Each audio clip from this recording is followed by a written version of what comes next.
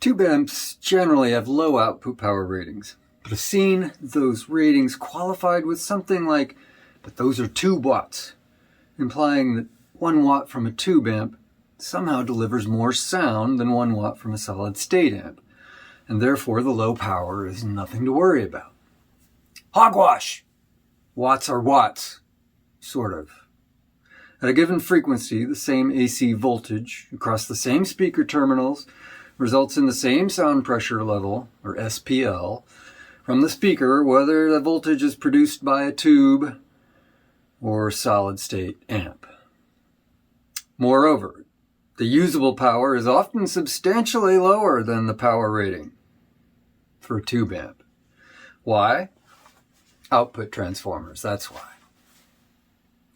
If that answer doesn't sound like an answer, then I need to explain just a bit about how tube amps summon the power to drive your speakers. The output transformer sits between the tubes and your speaker. On the tube side, the voltage is high enough to stop your heart and probably short out your speakers. But the tubes can't deliver both high voltage and high current. On the speaker side, your speaker is a current-hungry beast that can't tolerate high voltage. The output transformer converts the high voltage from the tubes into the high current needed to feed your speaker. Okay, awesome. So what's the problem? Well, the transformer has a limited range of frequencies over which it can do its job well. If the frequency is too low, deep bass, the signal gets distorted in an ugly, unpleasant way. If the frequency is too high, high treble, the signal gets attenuated or rolled off. Solving the bass problem requires more iron, but too much iron kills the high frequencies. Therefore, every output transformer represents a compromise solution to the problems at either end of the audible frequency range. You might point out that whereas some big organs actually play notes lower than the audible limit, no instruments play notes anywhere near the upper limit. Therefore, lose the upper end of the treble and save the lower end of the bass. Yes, that is the obvious solution. However, more iron is expensive. So, meeting a lower price point favors sacrificing bass. In this case, that lower price point might be over $1,000 US. High-end tube amps have big iron. You simply cannot get the lowest bass at full power without big iron. But maybe you don't need full power. Can smaller transformers reach the lowest lows at less than full power? Oh yeah. But it may be a lot less than full power. And you'd never know that from the amplifier specs, at least not the specs you're used to seeing for solid-state amps. Let's say you're shopping for amps, so you're comparing specs. And let's be realistic. On the one hand, you're looking at a solid-state amp that can deliver 75 watts per channel into 4 ohms, and the frequency range is 20 hertz to 20 kilohertz. In that case, you should expect that amp to deliver at least 75 watts per channel into 4 ohms at any and all frequencies within that given range. On the other hand, there's this nice tube amp. It only has 22 watts per channel, but those are tube watts after all. The frequency range in the specs is the same as for the solid-state amp. The tube amp has less power, but it'll be fine. In fact, the tube amp specs are misleading. The power output is conventionally measured at 1 kilohertz, which is a violin note, and more than 4 octaves higher than the low E on a bass violin or guitar. The tube amp will probably deliver the same or similar power down to, say, 100 hertz, still more than an octave higher than that low E. Double the frequency to go up 1 octave. What about that low E, 40 hertz? Maybe, but the specs don't say. And at 20 hertz, you'd be lucky to get 1 watt without noticeable and ugly distortion. For some tube amps, you may find a spec called power bandwidth. That's the frequency range over which the amp can deliver sound with relatively low distortion, typically 1% or less, at a standard power level, typically 1 watt per channel. Okay, tube amps don't deliver a lot of power, and what they can deliver for the whole orchestra is a lot less than what they can deliver for a violin. But surely there's an upside. And that upside is so compelling that the tube amp is the obvious choice, and therefore you should buy the tube amp. Right? No, there's nothing obvious about that choice. Rather, the right choice for you depends on a bunch of other factors. Like what? What factors? Please, I'll get to those, but I think there's a more important question I need to answer first. Tubes are old technology, and cutting-edge audio circuit design and components have surely progressed far beyond where these were when tubes were generally replaced by transistors in the early 1960s. Surely the superior technology won out, and today's solid-state amp is light years beyond even the most advanced tube amp of the middle 20th century. But people still buy tube amps. Why? Are tube amps better under any circumstances? Yes. Yes, oh God, yes. The first tube amp I brought home was in a Magnavox console before I did any work on it. I tinkered with cables and got my Android phone plugged into the amp and played some Mingus. It sounded really nice and I was psyched. But the difference between it and, say, the solid-state Dynaco amp that I had recently restored and modified was a difference in color. The Magnavox tube amp had that warm, rich, tubey sound, whereas the Dynaco SCA-80, right there, was sparkly in its detail. Fast forward to when I restored and modified a single-ended Magnavox tube amp and listened to it for the first time. Then my reaction was, oh. Oh? Oh what? Before I tell you, I have to give you the caveats. Look, I'm a scientist. I've been a scientist for over 20 years. For me, any statement about anything is just a hypothesis until repeated attempts to disprove it have failed. And then it's still just a hypothesis that I will discard as soon as good evidence disproves it. I feel as if I've been burned by assuming that all academic disciplines work the same way. They do not. Not by a long shot. Therefore, I do not trust non-science disciplines, and I try to remind myself never to take off my scientist hat. The scientific method is by far the most successful system for knowledge production ever devised by man. To paraphrase Richard Dawkins, science works, bitches. When I give you my opinions about sound quality, I'll be as precise as I can, and I'll prove what I can, but some things are just my opinion. So back to my first time listening to my single-ended tube amp. Oh, I can hear the space between the notes. Oh, the singer's voice sounds like that. Like that good.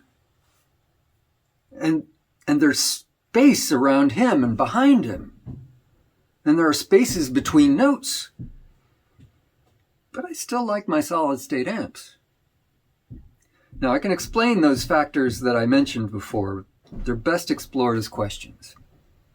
First question, what kind of music do you listen to? If you only listen to violin music, then the bass problem isn't a problem. Thing is, I don't quite get the question because the music lovers I've known listen to many different genres, and I follow that rule.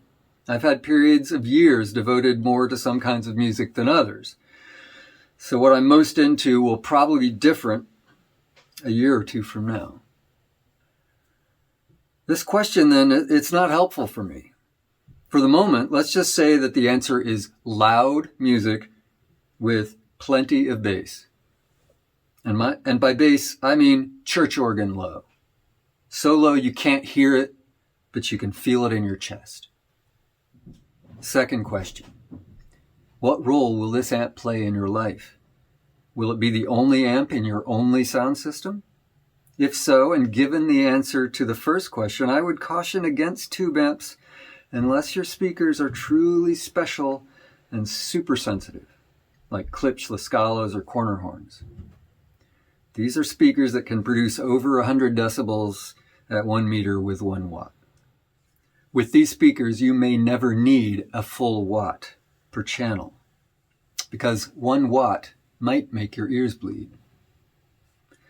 If you don't have very sensitive speakers over 100 dB with 1 watt at 1 meter, and you like loud music, I mean, at least occasionally, you like to turn it up and then again and again, then you're going to need a solid state amp.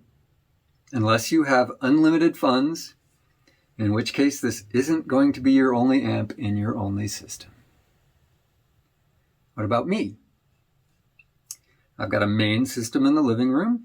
That system is for general family use and is probably used with the TV and game system more than for music.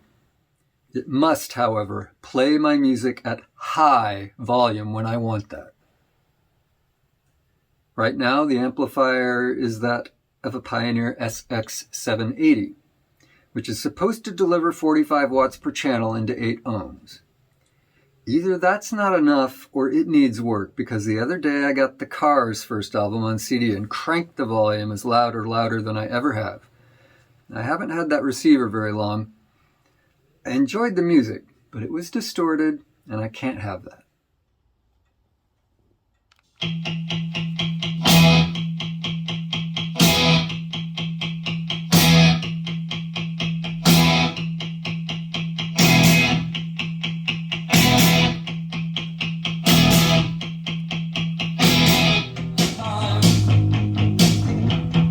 When we're standing all so near, I kind of lose my mind.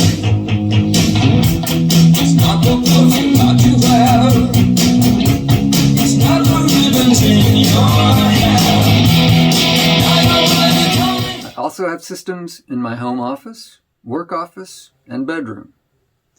I suppose you could also count the ever-changing test rig in the basement. My home office amp is a Sansui 2000A solid-state receiver rated for 35 watts per channel. That's the system I use for playing records. And among the systems in my house, the home office system gets the most time playing music. I like to turn it up loud sometimes, but it's a small room and the speakers are more efficient than average, so the Sansui has ample power.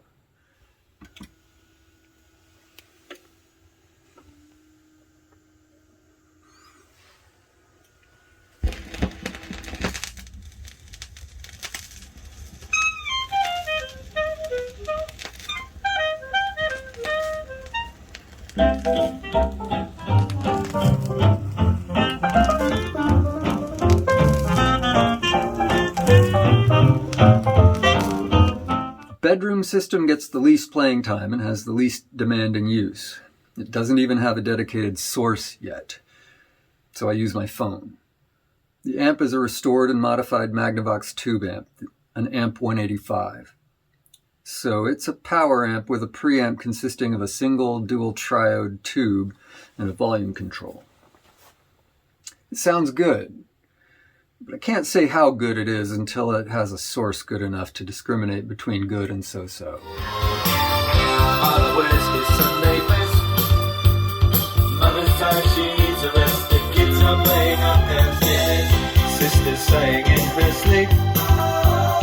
Brothers gossiping to keep you coming around. Our house. Supposedly that amp is good for 10 watts per channel. Maybe that's into 4 ohms. My tests with 8 ohms maxed it out at 8.8 watts at 1 kilohertz. The low-power flea power tube amp that made me say, oh, is in my office on campus. I'm using a relatively inexpensive combination DAC and preamp as the source for playing the files on my computer. I sit about 1 meter from each speaker. And sometimes, after regular work hours, I turn up the volume as loud as it will go and still sound good.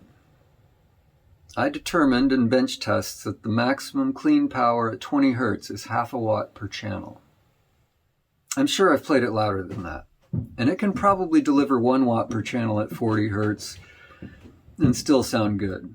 In pentode mode, it can only deliver 2 watts per channel at 1 kilohertz, 0.5 watts in triode mode. The speakers aren't the best, maybe in terms of getting every milliwatt of possible power, but they sound good.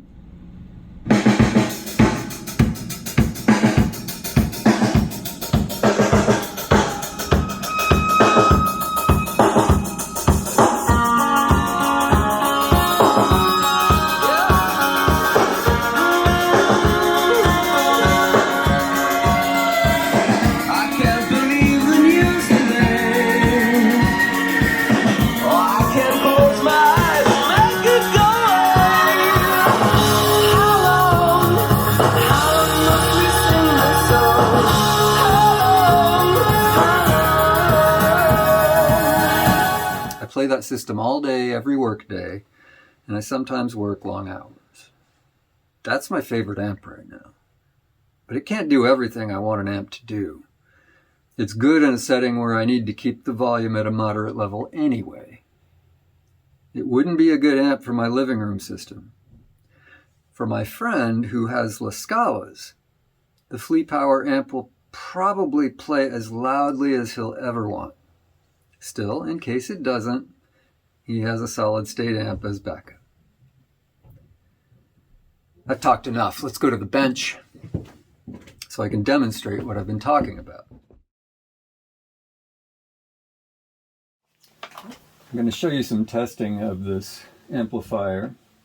This is, of course, a solid state amplifier. It's a Nikko, Nikko, TRM 750. It is rated at 75 watts per channel into 4 ohms.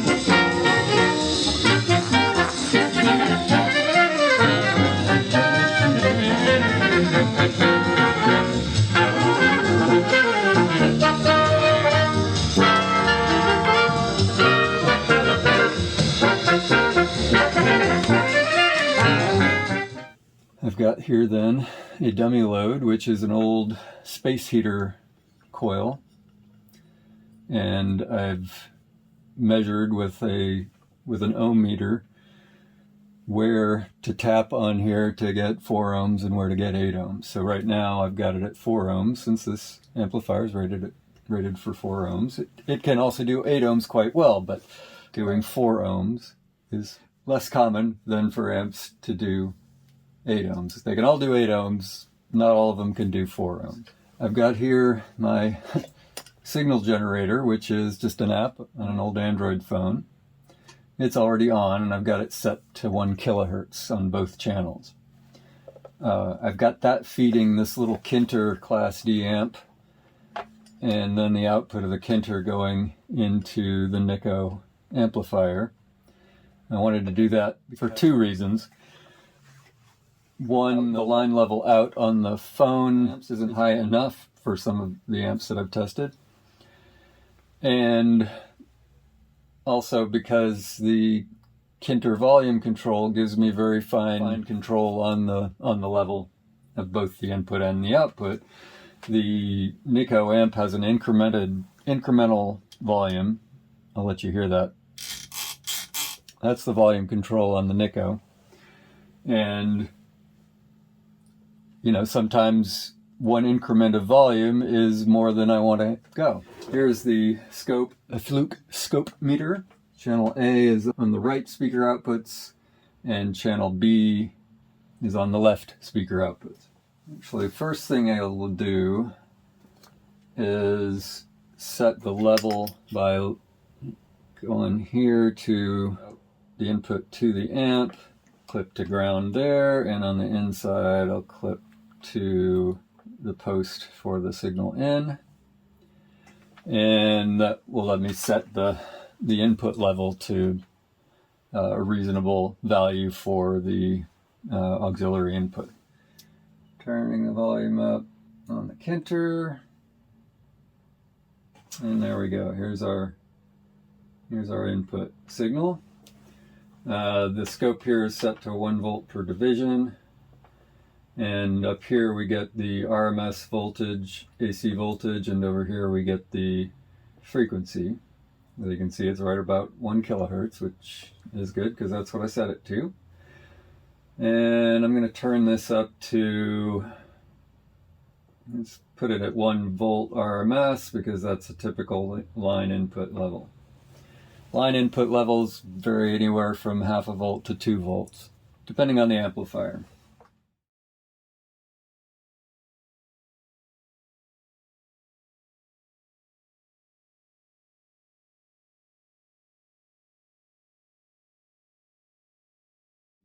Now let me switch the scope back to the output of the amplifier. So now we should see nothing again there, as we do. And now I will turn on the amp, make sure I've got the volume all the way down. Okay, yes, flip it on, there we go. If you heard that little click, that was the relay. And now if we're just trying to see what the amp can do, whether it can do what it's rated to do, then we just keep turning it up. Now, why is one channel looking smaller than the other? Why are you being squirrely? Oh, I forgot to reset the input. There we go. I had it set to the phono input, so I'm not sure why I was seeing anything, actually. Oh, shoot, wrong one. Dang it. That might have been a good way to fry things. I hope I didn't do any damage there. Let's go back here, reset the level back to 1 volt on the input. That's got it. The volume control on the amplifier here is all the way down. So as I turn that up, there we go. We get our signal on the scope. You hear that? We can also hear the heater coils vibrating. All right, let me go to coarser resolution here. And the idea here is I'm just going to turn it up until we get to clipping. That is, until the tops and bottoms of the waveforms start to flatten out. And I want to look at the voltage at that level. And so voltage squared divided by 4 ohms in this case is the power output. Up and up. All right. Is there smoke? The heater coil gets pretty hot. And I'll just slowly turn this up till we get to that point where it starts to clip. All right, so we can see right there at about 18 volts is where it's starting to clip. And I believe if I run the numbers with the calculator I usually use is what I'm using as a camera right now. So, but that is about 85 watts. This amplifier is rated at 75 watts. So that's awesome. Now, just because we've got 85 watts per channel at 1 kilohertz doesn't mean that that's what we'll be able to get over the entire frequency range of 20 hertz all the way to 20 kilohertz. Wow, I don't know if you can see this. The heater coil here is glowing red. That's exciting.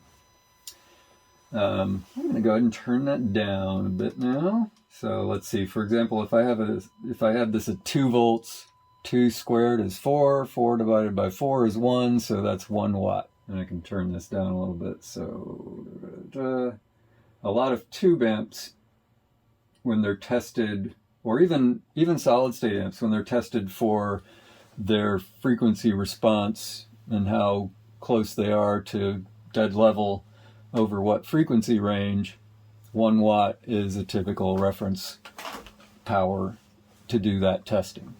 So when it shows you that frequency range, that doesn't mean it's flat over that frequency range at full power. It means typically that at something like 1 watt, it's level over that range. So I'm going to reset the frequency down to 25 hertz. That annoying howl should go away because 25 hertz is almost too low to hear. And see whether, at 25 hertz, that is very near the lowest end of the frequency range, can I also get 85 watts or 75 watts per channel out of this amp? Turning it up, And we can see it gets really wonky as I pass 17 volts there. So I'm going to turn it down. Now I'm going to inch back up till we get to clipping here. And that should be right about where we are. I think it should be about 16 point something volts for 75 watts per channel. Ooh. On the edge here, so back off a little bit. Okay, I'm over 16 volts or thereabouts, and you can see that if I turn it up a little bit more, at least one of the channels starts to distort. I'm feeling the heat off of the heater coils here, so I've got some power going. Now I'm going to show you something. You might recall that when I went to clipping at 1 kilohertz, the tops and the bottoms clipped flat. They don't do that at 25 hertz. Watch this. And there we go to hell. And so here we can see that we're not clipping flat, as if we're napping a piece of flint and creating a sharp peak and knocking off the forward edge of that waveform. You know, I'll put it back up to 18 volts. So this is where we had it at 1 kilohertz.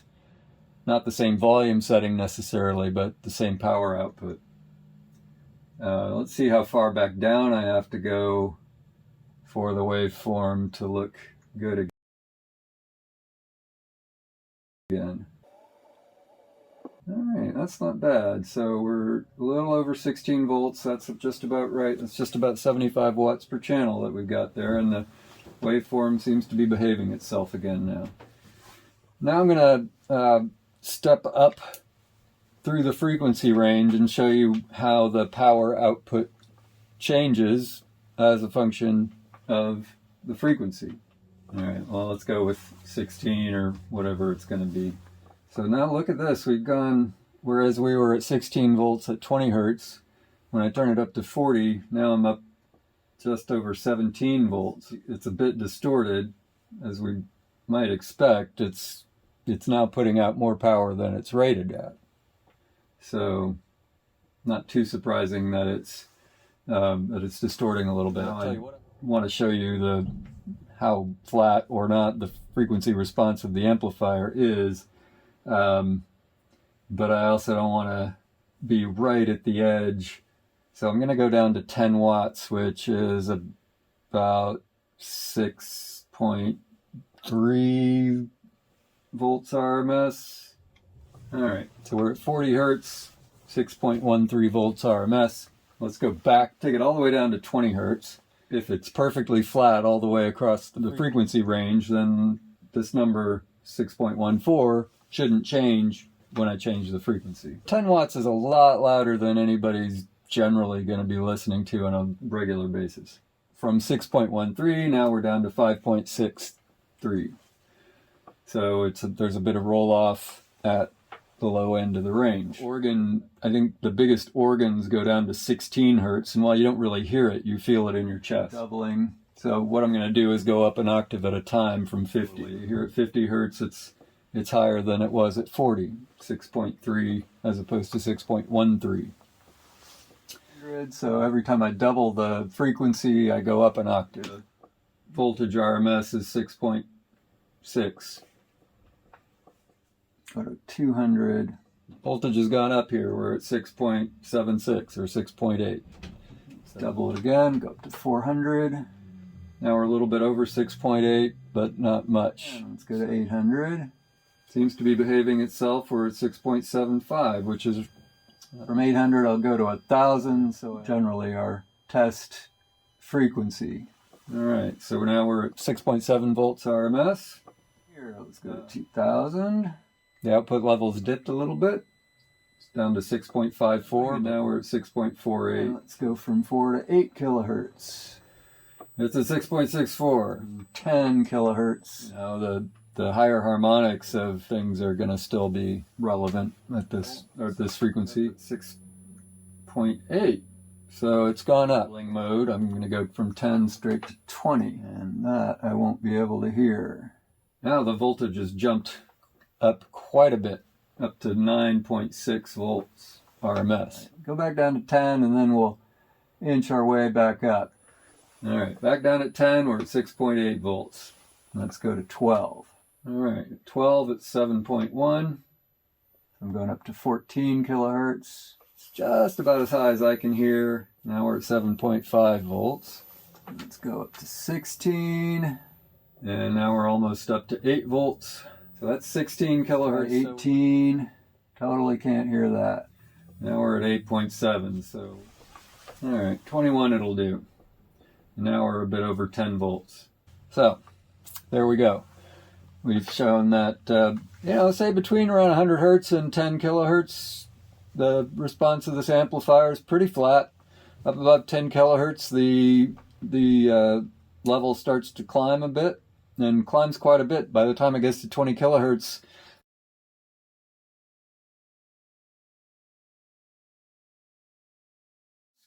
I might ask, since it's my amp, is that a problem? Let's just zoom in on this waveform if we can. What I'm not seeing is any kind of high frequency oscillation, and that's good. That's reassuring that I don't have some power sucking, circuit burning high oscillation going on in this amplifier. Now, I would be kind of surprised if I did in a solid state amplifier. They're pretty solid. They're pretty solid. They're pretty steady that way. Above the range of hearing, oscillation in tube amps is an issue that needs to be addressed in the amp design and construction. All right, so that's the solid state amp. It does what we expect it to do. It can put out 75 watts per channel at any frequency within the audible range.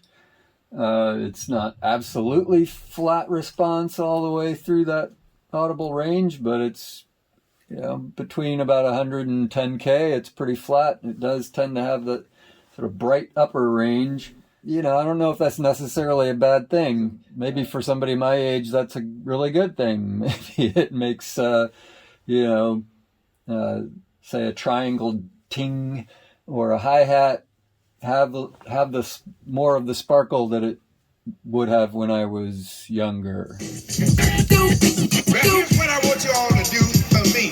Bang! Caught you looking for the same thing. It's a new thing. Check out this I bring. The roll below the level, cause I'm living low next to the base. Come on! Turn up the radio. They're claiming I'm a criminal.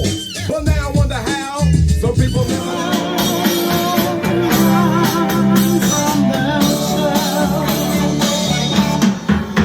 You said no strings could secure you at the station. Platform ticket, restless leave. We're done with this, and then we'll look at tube amps next. We're going to test this tube amp first. This is a Magnavox 196-00, but I've modified it according to the Dave Gillespie mods, so it is now a DGSE1.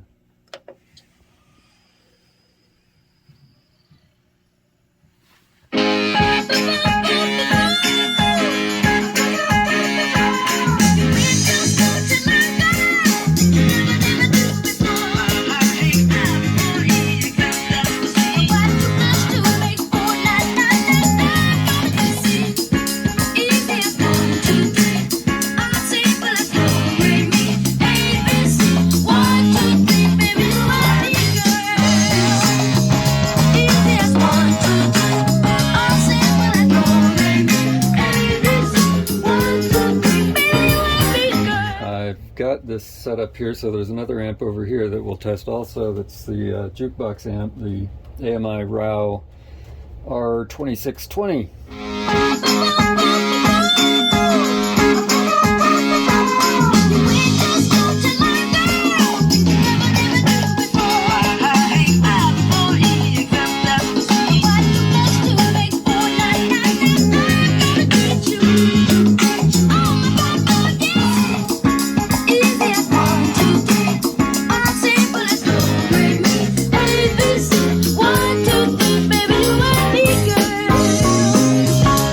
Easy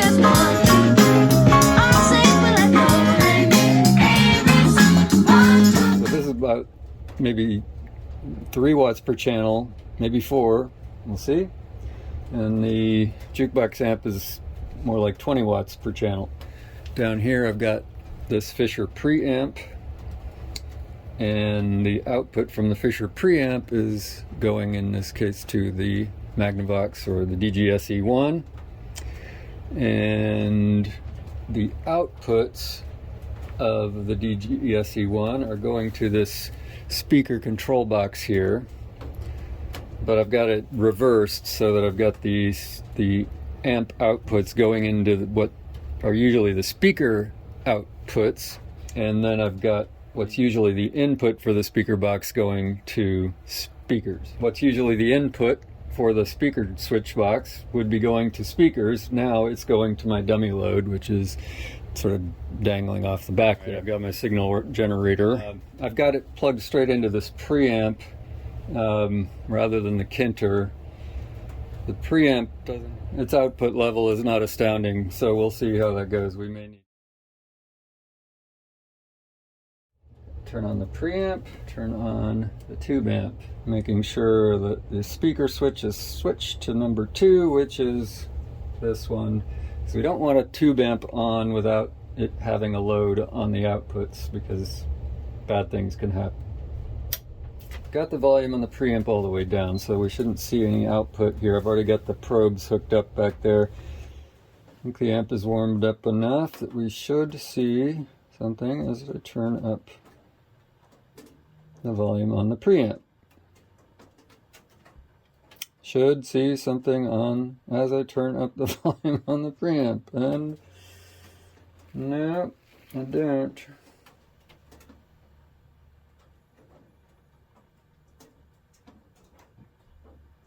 Alright, there we go. Like I said, this preamp is kind of low level. We may need. Alright, maxed out the phone volume. Okay. Now what I expect is that I should be able to crank this up to about 4 volts RMS and see clipping right at about there, or a little past.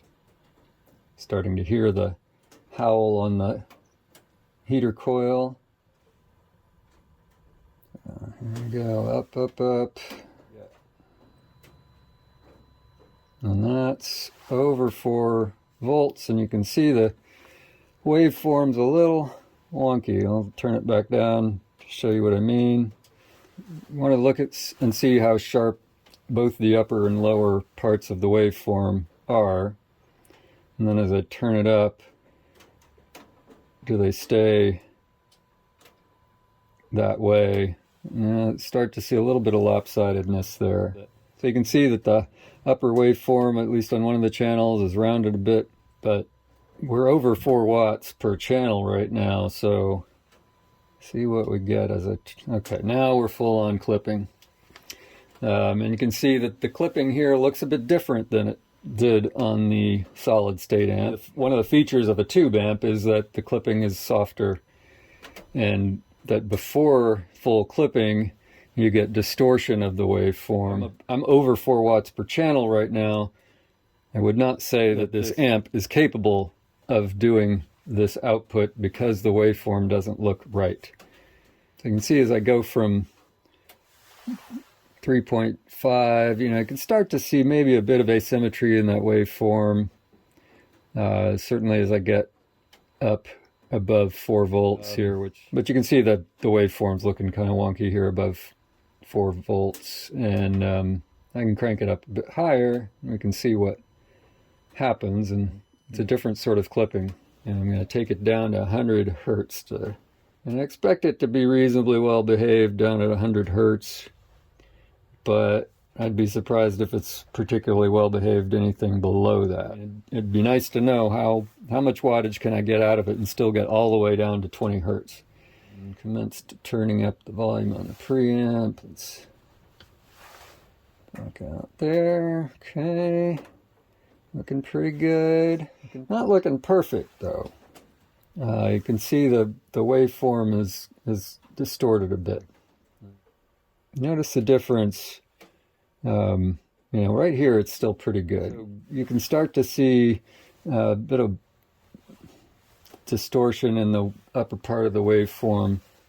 And as I go up, it's not looking awful. And because this is such a low frequency, maybe it wouldn't sound terrible to our ears. So let's just keep turning it up a bit.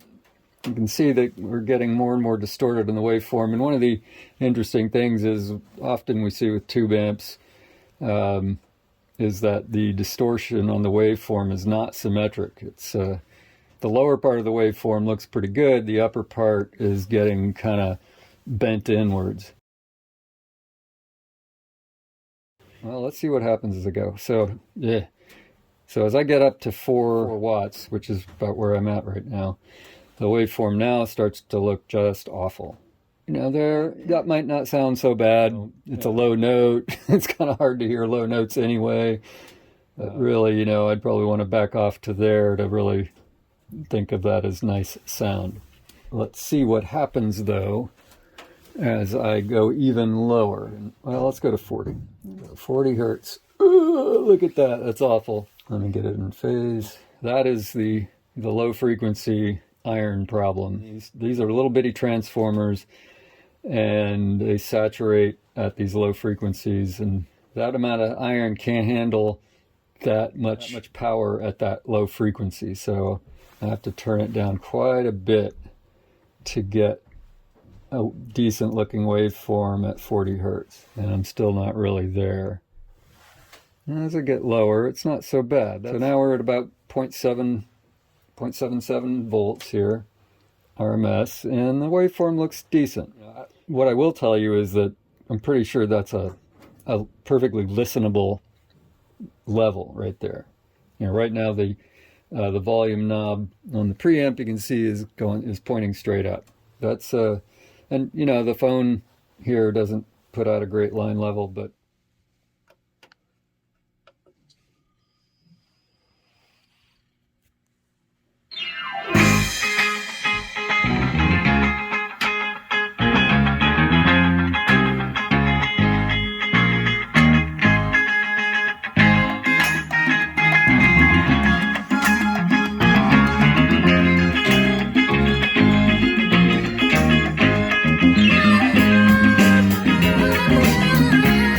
so it wouldn't be super loud, but it'd be a listenable level here.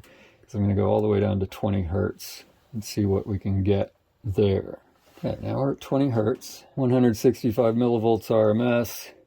I could, that'd be somewhat listenable. As I turn it up, it's not looking so bad. Let's just see where it all goes to hell. It's not looking great there. Oh, that's weird. The one channel's doing different from the other. Something screwy here.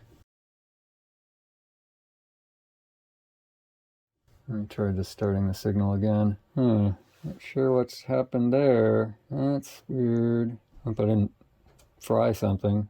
So at 20 hertz, we're at 2/3 of a volt RMS. The waveform's not looking good. I wish I really knew what was going on with that. Yeah, pretty bad now. Not even up to a volt. Would like to figure out what's going on with the different. I suppose I may just have had this. It may have just been me setting the scope wrong. Let's try this again, because now they're the same. Now that I look and see the divisions are the same. So yeah, once I get over, that might be acceptable. Especially again, it's so low, it's hard to hear. We're at half a volt there. I'll have to do the calculation on what power that represents later. The waveform is not great, but it's not awful to listen to either. And as I turn it up, it gets awful. So lesson here is that, whereas with the solid state amp, I was able to get 75 watts per channel, looking decent, maybe teetering on the edge at 75 watts per channel. But here, whereas at 1 kilohertz, I can get a pretty nice signal at just below 4 watts per channel. Down at 25 hertz, I can't get anywhere near that. And we'll see that same sort of characteristic in the more powerful tube amp as well. If I put bigger transformers on there, it would be better. And the more powerful amp does have some bigger transformers, so we'll see. Now is we're going to look at the power bandwidth of this I've got it, the output level 1 kilohertz here at about a half a watt. And we're going to change the frequency. In particular, we're going to go low and see how low we can go and still get about the same level and a nice looking undistorted waveform. Let's try 200 hertz, and that's great. Same voltage, waveform looks perfect. Damn the torpedoes, let's go down to 100 hertz. So if anything, we see a slight bump in the response, pretty much right at half a watt here.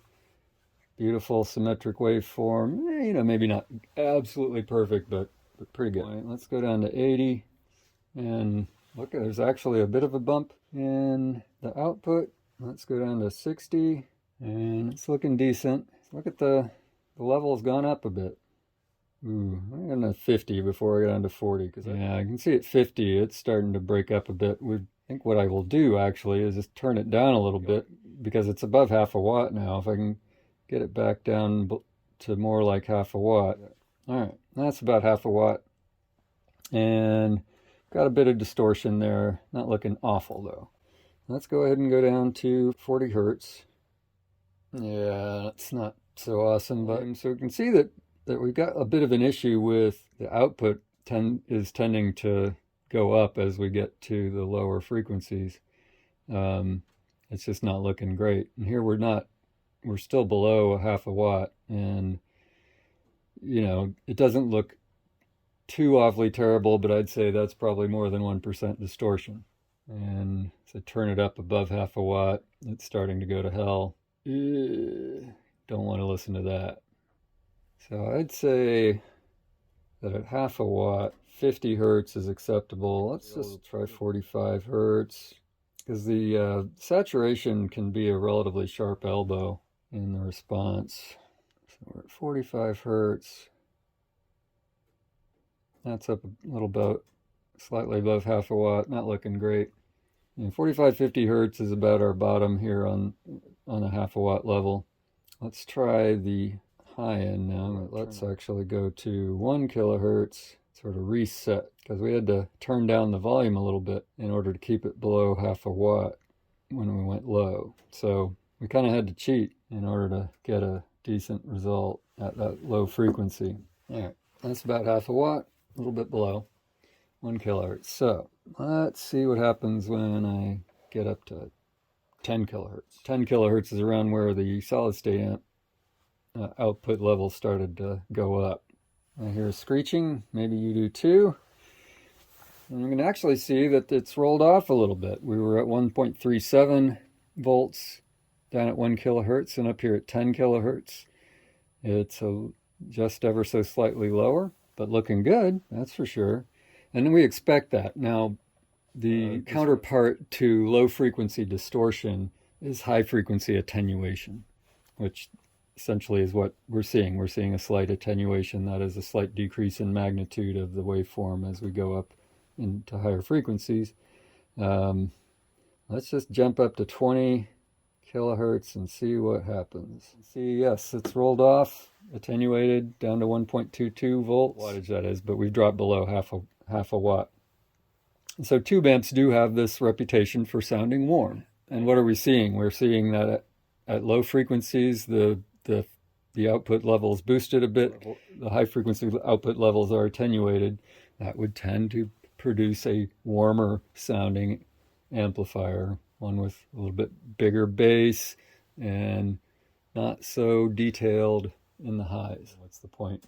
You want an amplifier to go at least as low as 40 hertz reasonably well, because that's the lowest note on the bass guitar or the bass violin.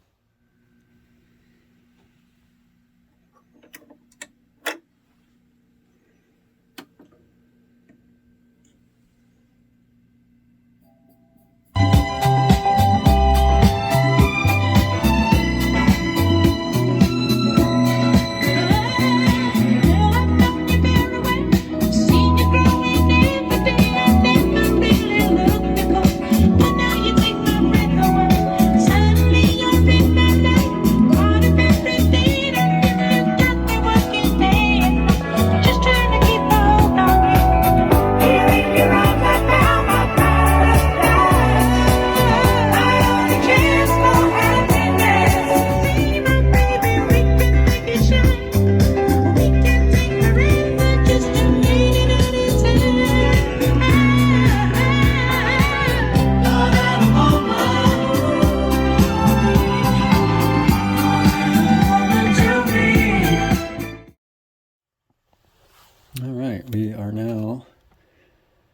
Looking at the output from the jukebox amp, I had to switch the dummy load to 8 ohms because this jukebox amp is set up to need 8 ohms.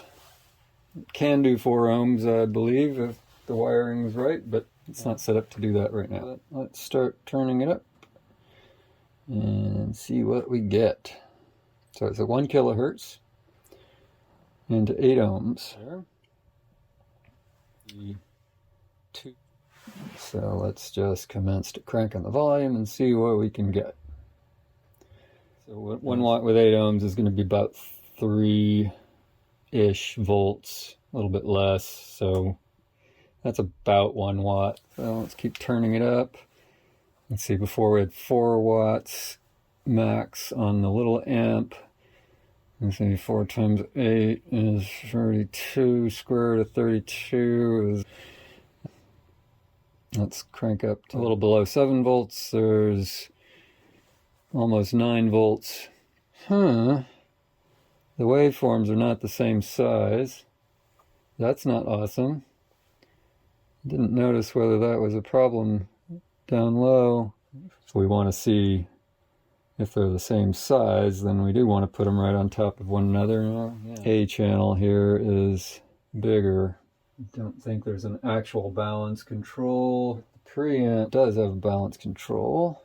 Let's see if I can get these two the same. Okay, cool. There we go. Good to go. So again, this was right in here about was, what did I say, 4 watts. So 4 watts times 8 ohms. Rated for 32, so voltage would be square root of 32, which is between 5 and 6, closer to 6 volts. So there's below 4 watts, and there's above 4 watts. Oh, there we go, clipping at 15.8 volts, although we can see that the channel B is clipping, channel A is not. Now we go up to 18.2 volts, and we see clipping on channel A. Down here at 13.6 volts, we see nice behavior. That's 23 watts per channel right there. Now again, this is at 1 kilohertz, and that's generally when you see the power rating on a tube amp. It is the maximum power given less than usually 1% total harmonic distortion at 1 kilohertz. You should not infer from that you can get anything like that kind of power down in the low frequencies. Now, if all I wanted to listen to was violin music, you know, I could get maybe 20 watts per channel and it could be listenable, but we're going to suffer as we go down. Let's just go down to 100 hertz, see what we get there. Not bad at all, not for, 100 hertz. When's it going to go to hell? Dang, look at that. So 13.6 was what we had before with a really nice looking waveform. And down here at 100 hertz, we've got just a bit less than that. So I'm actually going to see, now that I know that that isn't awful, I'm going to see what happens when I change the frequency to 1 kilohertz. Huh? Wow. Look how flat that is. 13.3 at 100 hertz and 13.3 on the nose at 1 kilohertz. Essentially identical. Right, well, that's pretty interesting. Let's just, for grins and giggles, see what happens if I go down to 40 hertz. So that's 40 hertz. Not awesome. Not particularly listenable. The level hasn't gone down all that much. But the quality of the waveform has suffered quite a bit. Let's just go ahead and see what it looks like when I go down to 25. Yeah, that's pretty dreadful. So the level of RMS is quite a bit lower, and the waveform has gone to total hell. So let's see how low we got to turn the volume to get something decent at 40. So here's 25 hertz. What did I say 2 watts was? That's over 2 watts. At 25 hertz, that might not sound too dreadful. at such a low frequency where you can barely hear it anyway. But it's not awesome. Let's just say, okay, let's cut this thing some slack and say we're never going to listen to anything lower than a bass guitar or a bass violin, and so 40 hertz is good, and see what power we can get at 40 hertz. We know it doesn't look awful at 40 hertz, even at full power. We didn't really check to see just what kind of power we could get and have it look nice. Okay. So, basically right in there between, almost 8 and about 9.5 volts, the waveforms become distorted. So I can get 8 volts. Oh, right. 8 volts is 8 watts. So at 40 hertz, I'm getting a decent enough looking 8 watts. That's, that's pretty loud. Most people don't listen to music even as loud as a watt, even on speakers that are not terribly sensitive. So that's, that's 8 watts. That is not super duper loud, but it's pretty loud. And with sensitive speakers, you can get pretty super duper loud with 8 watts. Let me scooch the frequency down just a tad and see if it goes to hell right away or what. Now we've got 36 and we see it's rolled off a little itsy bit. And that would not be awful to listen to, but it's a bit distorted. Let's go down a little bit more. Let's go down to 34 hertz. Again, not awful. So I'll just stop doing that because what we see is it's getting distorted. You would probably be able to hear that amount of distortion. Whether it might be good sounding distortion or not, I don't know.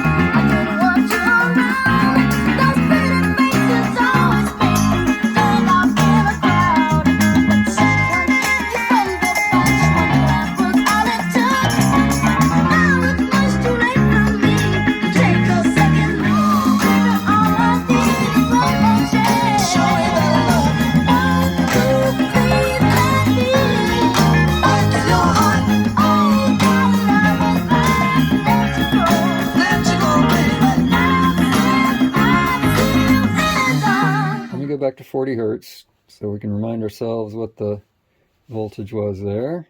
All right, there we got 7.9 volts. So let's see how flat it is above that. Let's first visit 100 hertz. Okay, we had 7.9, now we're at 8.3.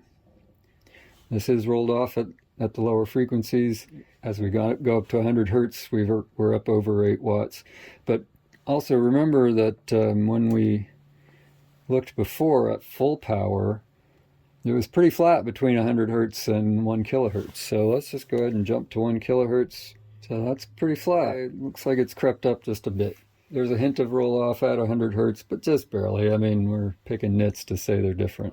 Let's bump it up to 4 kilohertz. All right, not bad. So again, good looking waveform, crept up ever so slightly, but at least to 2 significant figures, the same as at 1 kilohertz. Let's try 8 kilohertz. That's interesting. Waveform's not perfect, and the phase is a little weird, but the level's good. So this amp might not sound perfect. Doesn't surprise me though. I mean, some of the parts I've used to get this thing working are pretty old and crusty, and had to do some serious hillbilly engineering to get this thing running. Okay, let's go to 12 kilohertz. Let's do it. Ooh. That sounds awful, but not so bad. Look interesting. So we're seeing Something kind of similar to what we saw with the solid state amp, and that as we get into these higher frequencies, it's not rolled off at the high frequencies like the little amp was. Maybe you'd like that, maybe you wouldn't like that. But we're not talking a huge amount, but it would give a slightly different character to the sound, that's for sure. All right, let's bump up to 16. So it's crept up a bit. This is interesting. Look at that. The waveforms aren't the same size anymore. Yeah, I'm having to adjust the balance even further to get them the same. So I guess that sort of fouls up my test now that I've changed that. And the one channel has been attenuated quite a bit, so that's interesting.